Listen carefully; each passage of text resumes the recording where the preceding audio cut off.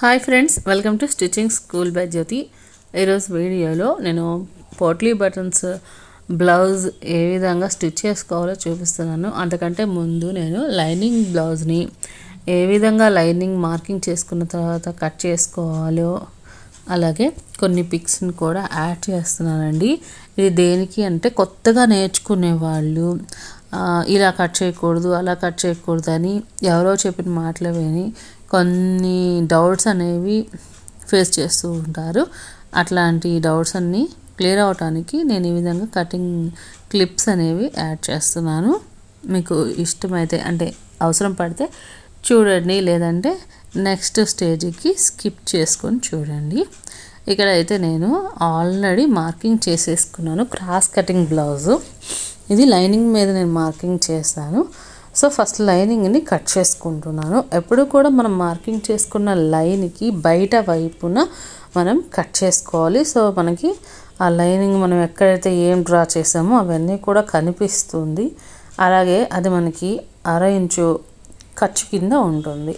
So మనం line మీద cut చేసినట్లయితే మనకి ఆ ఇంచ్ అనేది మనం ముందుగానే మార్కింగ్ చేసి పెట్టుకోవాలి. తర్వాత మనకి కొన్ని అర్థం అవ్వకపోవచ్చు. సో ఈ విధంగా నేను ఫ్రంట్ పార్ట్, బ్యాక్ పార్ట్, అలాగే స్లీవ్ పార్ట్ని కట్ చేశాను. సో స్లీవ్ పార్ట్కి నాకు ఇక్కడ కొంచెం ఏమంటే ఎక్స్ట్రా క్లాత్ అనేది అవసరం పడుతుంది. అలాగే నేను నడుముకి పట్టి వేసుకోవడానికి కూడా క్లాత్ని కట్ చేస్తున్నానండి. మొత్తం మనం మార్కింగ్ చేసుకుని కట్ చేసుకున్న తర్వాత చాలా వరకు క్లాత్ అనేది మనకి మిగులుతుంది. ఇక్కడ నేను 36 సైజు బ్లౌజ్ అనేది కట్ చేస్తున్నాను. సో దీనికి 1 మీటర్ లైనింగ్ క్లాత్ని తీసుకుంటే మనకి ఎక్కడ అతుకులు పడవన్నమాట. సో ఈ అతుకులు పడుతున్నాయి అని అంటే మనం తీసుకునేటువంటి డిజైన్ ద్వారా పడతాయి. ఒక్కోసారి నార్మల్ బ్లౌజ్ అయితే మనకు అవసరం పడదు. ఈ విధంగా మనకి ఎక్స్ట్రా కావాల్సిన క్లాత్ను కూడా ముందుగానే మనం కట్ చేసుకొని పెట్టుకోవాలండి. లేదంటే మనం కుట్టుకునేటప్పుడు చూసుకుందాంలే అనుకుంటే అవి ఒక్కొక్కసారి కుదరదు. ఇప్పుడు కొత్తగా నేర్చుకునే వాళ్ళు ఫస్ట్ లైనింగ్ పీసెస్ అన్నిటిని తీసుకొని దాన్ని మెయిన్ ఫ్యాబ్రిక్ మీద ఎక్కడైతే ఏ పీసెస్కి మనం ఎక్కడైతే కట్ చేసుకున్నామో మార్కింగ్ చేసుకున్నామో అక్కడక్కడ వాటిని పరుచుకొని చూసుకోవాలి. చాలా వరకు మెయిన్ ఫ్యాబ్రిక్ అనేది కొన్నిసార్లు క్రాస్ రావడం వల్ల క్లాత్ అనేది సరిపోదండి. అట్లాంటప్పుడు మొత్తం పరుచుకోవడానికి కూడా కుదరదు అన్నమాట. సో వీలున్నంత వరకు కూడా మొత్తాన్ని ఒకసారి చెక్ చేసుకొని ఆ తర్వాత కట్ చేసుకోండి. ఎక్కువగా సీనియర్స్ అంటే బాగా అలవాటు ఉన్న వాళ్ళైతే ఒకేసారి లైనింగ్ని అలాగే మెయిన్ ఫ్యాబ్రిక్ని కూడా కట్ చేసేస్తారు. సో త్వరగా అయిపోతుంది. బొటిక్లో ఉన్న వాళ్ళైనా కానీ అట్లా చేస్తూ ఉంటారు. సో అది కూడా తప్పు కాదు, కానీ కొంచెం కన్ఫ్యూజన్గా ఉన్నట్లయితే మనకి చాలా వరకు అంటే సిల్క్ ఫ్యాబ్రిక్స్లో కానీ లేదంటే ఏదైనా జారిపోతూ ఉండే క్లాతుల్లో అవి కొంచెం తప్పులు జరిగేటట్టుగా అవకాశం ఉంటుంది. నేను చెప్పేది ఏంటంటే ఇంట్లో ఉంటూ ఎవరి బ్లౌజులు వాళ్ళు కుట్టుకునే వాళ్ళు నేర్చుకోవాలి అని అనుకునే వాళ్ళకి ఇది ఈజీగా ఉండే టిప్స్ మాత్రమే నేను చెప్తున్నాను. ఇవి నేను ఫాలో అవుతున్నాను కాబట్టి చెప్తున్నానండి. సో ఇవే చేయాలి, ఇలానే చేయాలని నేను ఎప్పుడు చెప్పను. ఇంకా మనం లైనింగ్ ఫ్యాబ్రిక్ కంటే కూడా ఒక 1/2 ఇంచ్ వరకు ఎక్స్ట్రాగా కట్ చేసుకున్నట్లయితే మేబీ ఒకవేళ ఏమైనా కానీ క్లాత్ క్రాస్ పీస్ ఉండటం వల్ల కానీ దేనివల్ల అయినా కానీ మనకి సరిపోకపోతే ఆ 1/2 ఇంచ్ అనేది మనకి హెల్ప్ అవుతుంది. సో మీరు ఒకసారి కుట్టు వేసుకున్న తర్వాత దాన్ని కట్ చేసుకుంటే నో ప్రాబ్లం అనమాట. ఇప్పుడు ఏ పార్ట్కి ఆ పార్ట్ మనము లైనింగ్ పీస్కి మెయిన్ ఫ్యాబ్రిక్ని కట్ చేసేసుకొని పక్కన పెట్టుకోవాలండి. అది కూడా ఫస్ట్ బ్యాక్ పార్ట్, తర్వాత ఫ్రంట్ పార్ట్, ఆ తర్వాత హ్యాండ్స్ పార్ట్, ఈ విధంగా ఒకదాని మీద ఒకటి పెట్టేసుకొని మనం రోలప్ చేసుకుంటే తర్వాత మనం ఎప్పుడు కుట్టాలనుకున్నా కానీ ఇలా తీస్తే మనకు అర్థమైపోతుంది అనమాట. అలా కాకుండా ఎట్లా అంటే అట్లాగా ముక్కలుగా పడేసినట్లయితే మనకు అస్సలు అర్థం కాదు. అలాగే మనకి అవి నలిగిపోయి ఉంటాయి. కాబట్టి కట్ చేసిన ముక్కల్ని కూడా మనం కరెక్ట్ పద్ధతిలో పెట్టుకుంటే మనకి బాగా అర్థమవుతుంది. మీరు ఎప్పుడు కట్ చేసి ఎప్పుడు కుట్టుకున్నా సరే వెంటనే కుట్టుకున్నా కానీ ఇదే ఫాలో అయితే చాలా బాగుంటుందండి. ఇంకా నేను చూపించినటువంటి వీడియోస్లో ఎక్కడ కూడా పిన్స్ కానీ లేదంటే ఇంకెటువంటి టూల్స్ కూడా లేకుండా చూపిస్తున్నానండి. ఎందుకు అని అంటే అందరి దగ్గర ఇవి ఉండకపోవచ్చు. జస్ట్ మిషన్ ఉండి ఇట్లాగా కుట్టుకోవడానికి ఇబ్బంది పడే వాళ్ళ కోసం అని చెప్పి నేను ఈ వీడియోస్ చేస్తున్నానండి. సో అవి కూడా ఉంటే బాగుంటాయి, కానీ అవి లేకుండా కూడా మనము స్టిచ్ చేసుకోవచ్చు, కట్ చేసుకోవచ్చు అని చెప్పడానికి వీడియోస్ని నేను ఇలా తీస్తున్నానండి. అలాంటి టూల్స్ అన్నీ కూడా కొత్తగా నేర్చుకునేటప్పుడు పర్ఫెక్ట్గా చేయడానికి కూడా అవి బాగా ఉపయోగపడతాయి. అయితే మీరు ఒకసారి నేర్చుకోవటం అలవాటు పడిన తర్వాత మీకు అవి ఉన్నా లేకపోయినా కానీ మీరు కుట్టగలిగే స్థాయిలో ఉండాలి. సో ఆ విధంగా మీరు నేర్చుకున్నట్లయితే మీకు అది ఎప్పటికైనా యూజ్ అవుతుంది. ఇక ఇక్కడ చూడండి, నేను ఆల్రెడీ మెయిన్ ఫ్యాబ్రిక్ మొత్తాన్ని కూడా కట్ చేసేసాను. అయితే ఇక్కడ ఎక్స్ట్రా ఖర్చు కోసం నేను హ్యాండ్స్కి పార్ట్ యాడ్ చేయాలని చెప్పాను కదా, సో దానికి సంబంధించిన పీసెస్ని కూడా నేను తీసేసుకుంటున్నాను. సో ఈ విధంగా చిన్న చిన్న ముక్కలైనా సరేనండి, అంటే క్లాత్ పీసెస్ అయినా సరే అవి కూడా మనం ముందే తీసి పక్కన పెట్టుకోవాలి. లేదంటే ఆ తర్వాత మనకి ఆ క్లాత్ ఉందో లేదో తెలియదు, ఎక్కడుందో తెలియదు, అలాగే నలిగిపోయినా లేదా క్రాస్గా లాగిపోయినట్టుగా అవుతుంది. అట్లాంటప్పుడు మనకి చాలా ఇబ్బంది అవుతుంది. సో ఈ విధంగా నేను మొత్తాన్ని కూడా పీసెస్ కింద కట్ చేసేస్తాను. ఆల్రెడీ నేను చెప్పాను కదా, so back part front part ఆ విధంగా ఇదిగో చూడండి, ఇట్లాగా మనం పెట్టుకోవాలి. పెద్ద ముక్కల్ని అంటే పెద్ద పీసెస్ని కింద పెట్టేసుకొని పైన చిన్న చిన్న వాటిని పెట్టుకోవాలి. సో ఇలా ఒకసారి పెట్టేసుకుంటే మనకి ఎటువంటి ఇబ్బంది లేకుండా ఉంటుంది. సో క్లాత్ అయితే ఈ మాత్రం మిగిలిందండి. 36 సైజెస్కి మనకి ఈ మాత్రం మిగులుతుంది. సో మీరు ఏదైనా ప్యాచ్ వర్క్ చేసుకోవాలనుకున్నా ఏదైనా చేయాలంటే అవసరం సరిపోతుంది, కానీ ఇంకా ఎక్కువ క్లాత్ అనేది ఉండదన్నమాట. ఇక్కడైతే నేను పోట్లీ బటన్స్ రెడీ చేసుకోవటానికి కావాల్సినటువంటి కలర్ పీసెస్ని తీసుకుంటున్నాను. సో శారీ ఫ్యాబ్రిక్ని కూడా తీసుకున్నాను, అన్నిటినీ కూడా ఒకదాని మీద ఒకటి పరుచుకున్నాను. ఆ తర్వాత వీటిలో మనకి పోట్లీ బటన్స్ రెడీ చేసుకోవటానికి స్క్వేర్ షేప్లో మార్కింగ్ అనేది చేసుకుంటున్నానండి. సో అన్నిటినీ ఒకేసారి ఒకదాని మీద ఒకటి పెట్టేసేసి మనకు కావాల్సిన సైజు ఉంటుంది కాబట్టి ఈజీగా కట్ చేసేసుకోవచ్చు. ఒక్కొక్క దాన్ని కట్ చేసే కంటే కూడా ఇలా చేసుకుంటే టైం కూడా కలిసి వస్తుంది. సో నేను ఇక్కడ ఆరెంజ్ కలర్, గ్రీన్ కలర్ ఎక్స్ట్రాగా యాడ్ చేస్తున్నాను. మళ్ళీ శారీలో ఉన్న అంటే బ్లౌజ్ పీస్ కూడా ఒకసారి పోట్లీ బటన్స్ని రెడీ చేసుకుంటున్నాను. సో 3 రకాలు పోట్లీ బటన్స్, 4 రకాల పోట్లీ బటన్స్ని రెడీ చేస్తున్నాను. పోట్లీ బటన్స్ చాలా రకాలుగా మనం రెడీ చేసుకోవచ్చు. నేనైతే థర్మాకోల్స్ యూస్ చేస్తున్నాను. సో ఈ విధంగా మనకి మీడియం సైజు స్క్వేర్ని అంటే అటు 3 ఇంచులు ఇటు 3 ఇంచులు పెట్టేసేసుకొని మనం కట్ చేసేసుకొని ఆ తర్వాత దాంట్లో ఈ రకంగా పోట్లీ బటన్స్ కోసం అని చెప్పి రౌండ్గా ఉండే థర్మాకోల్ బాల్స్ని, కలర్సే కాదండి వైట్ కూడా ఉండే వాటిని కూడా మీరు యూస్ చేసుకోవచ్చు. ఇప్పుడు మనం కట్ చేసుకున్నటువంటి స్క్వేర్ షేప్లో ఉన్న క్లాత్ అనేది మందంగా ఉన్నట్లయితే ఒక పొర సరిపోతుందండి. ఒకవేళ పల్చగా ఉన్నట్లయితే మీరు 2 పొరలు వేసుకోండి. ఆ తర్వాత ఈ విధంగా థర్మాకోల్ బాల్ని పెట్టేసేసుకొని దారంతో ఒక 7-8 వరుసలు కనుక చుట్టేసుకొని ముడి వేసుకుంటే మనకి ఈ విధంగా పోట్లీ బటన్స్ అనేవి రెడీ అయిపోతాయి. చూడండి, ఈ విధంగా నేను అన్ని రకాల రంగులు పోట్లీ బటన్స్ రెడీ చేసేసాను. ఇక బ్లౌజ్ పీస్ బ్యాక్ పార్ట్ని తీసుకున్నానండి.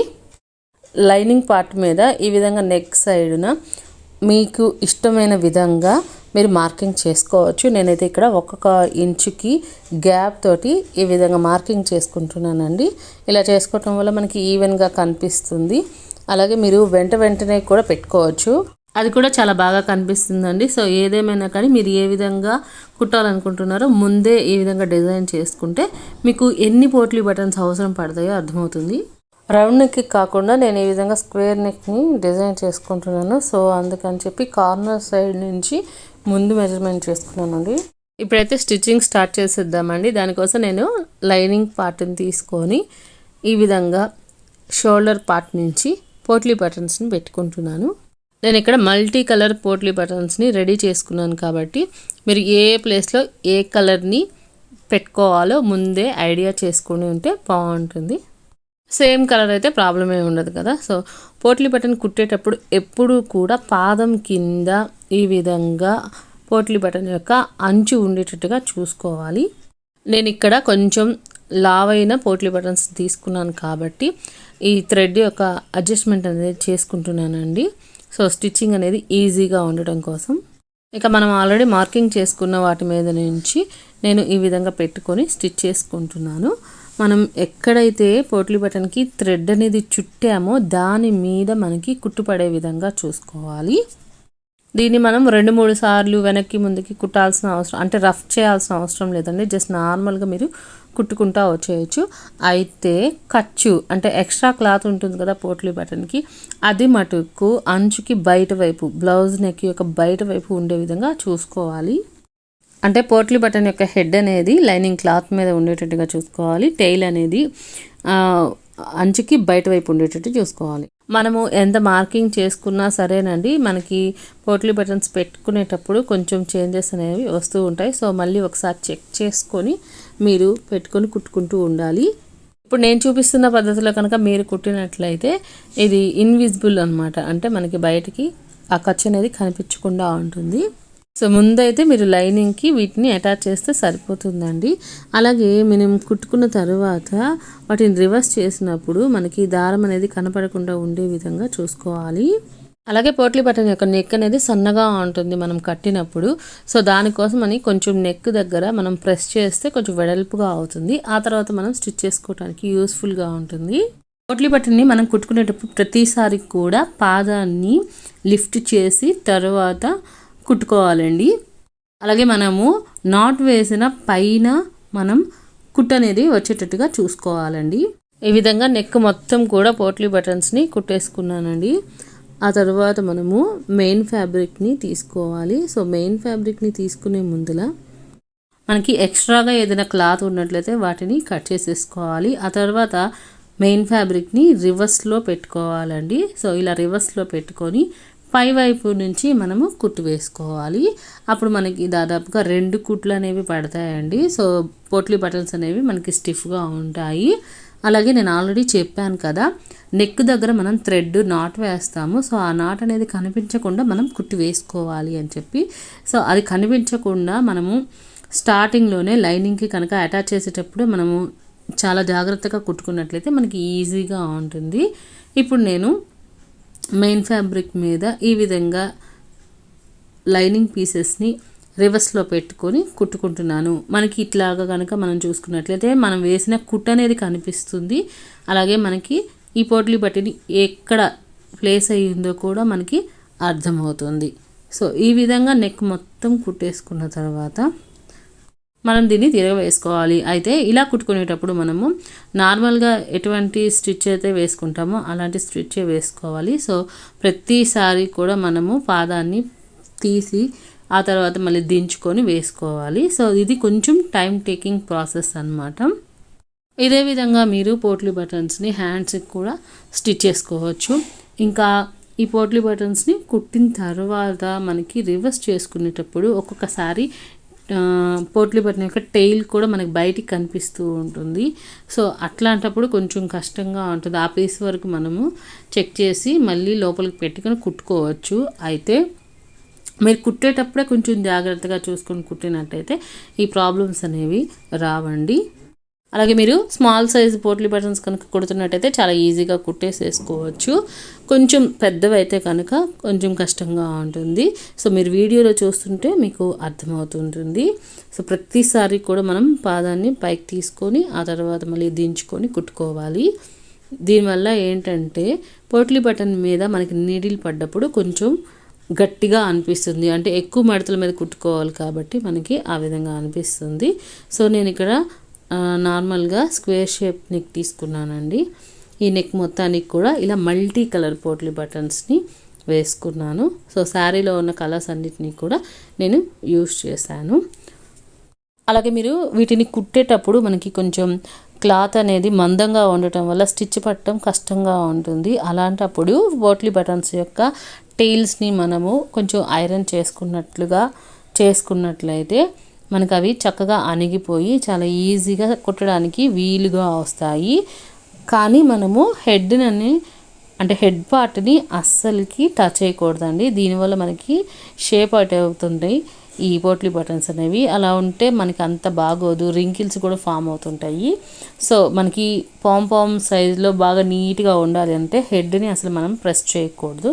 సో ఓన్లీ పోట్లీ బటన్స్ యొక్క టెయిల్ పార్ట్ని అంటే తోక భాగాన్ని మాత్రమే మనము ఐరన్ చేసుకోవాలి. ఆ తర్వాత మనము కుట్టుకున్నట్లయితే మనకి ఈజీగా ఉంటుంది. ఇక ఫైనల్గా నేనైతే కుట్టేశాను. ఇప్పుడు చూడండి, ఈ విధంగా మళ్ళీ రివర్స్ చేసేసుకొని ఆ తర్వాత మళ్ళీ ఒక స్టిచ్ అనేది వేసుకోవాలండి. సో ఫైనల్ లుక్ ఏ విధంగా వస్తుందో నేను ఇక్కడ చూపిస్తున్నాను మీకు. నేను ఆల్రెడీ స్టిచ్ అనేది వేసుకుంటున్నాను చూడండి. మీరు సింగిల్ పాదం ఉపయోగించి కూడా కుట్టుకుంటే మనకి త్వరగా టైం అనేది సేవ్ అవుతుంది. సో నేను ఇక్కడైతే నార్మల్గా ఉండే పాదంతో కుట్టుకుంటున్నానండి. ఇలా కుట్టుకునేటప్పుడు కూడా మనం ఎక్స్ట్రాగా బయటికి క్లాత్ ఏమీ రాకుండా, అలాగే సరిగ్గా ఫోల్డ్ అవుతుందో లేదో చూసుకొని పైనుంచి కుట్టు వేసుకోవాలి. ఈ విధంగా మొత్తం కూడా మనం 3 సార్లు కుట్టాల్సి ఉంటుంది. మనం పోట్లీ బటన్స్ అనేవి ఎన్ని కలర్స్ యూస్ చేసినా కానీ మెయిన్ ఫ్యాబ్రిక్ యొక్క కలర్ థ్రెడ్తోని మనం స్టిచ్చింగ్ చేసుకుంటే మనకి ఈజీగా ఉంటుంది, చాలా నీట్గా ఉంటుందండి. సో ఫైనల్ లుక్ అయితే ఈ విధంగా కనిపిస్తుందండి. చాలా కలర్ఫుల్గా ఉంది. మనం ఎక్కువ కలర్స్ యూస్ చేసాం కాబట్టి, అలాగే కొంచెం బిగ్ సైజ్ పోట్లీ బటన్స్ యూస్ చేసాం కాబట్టి ఇంకా చాలా బాగుంది. మరి మీకు ఈ వీడియో నచ్చింది అనుకుంటున్నా, తప్పకుండా లైక్ చేసి మీ ఫ్రెండ్స్ రిలేటివ్స్కి షేర్ చేయండి. అలాగే SSJ ఛానల్ని సబ్స్క్రైబ్ చేసుకోండి.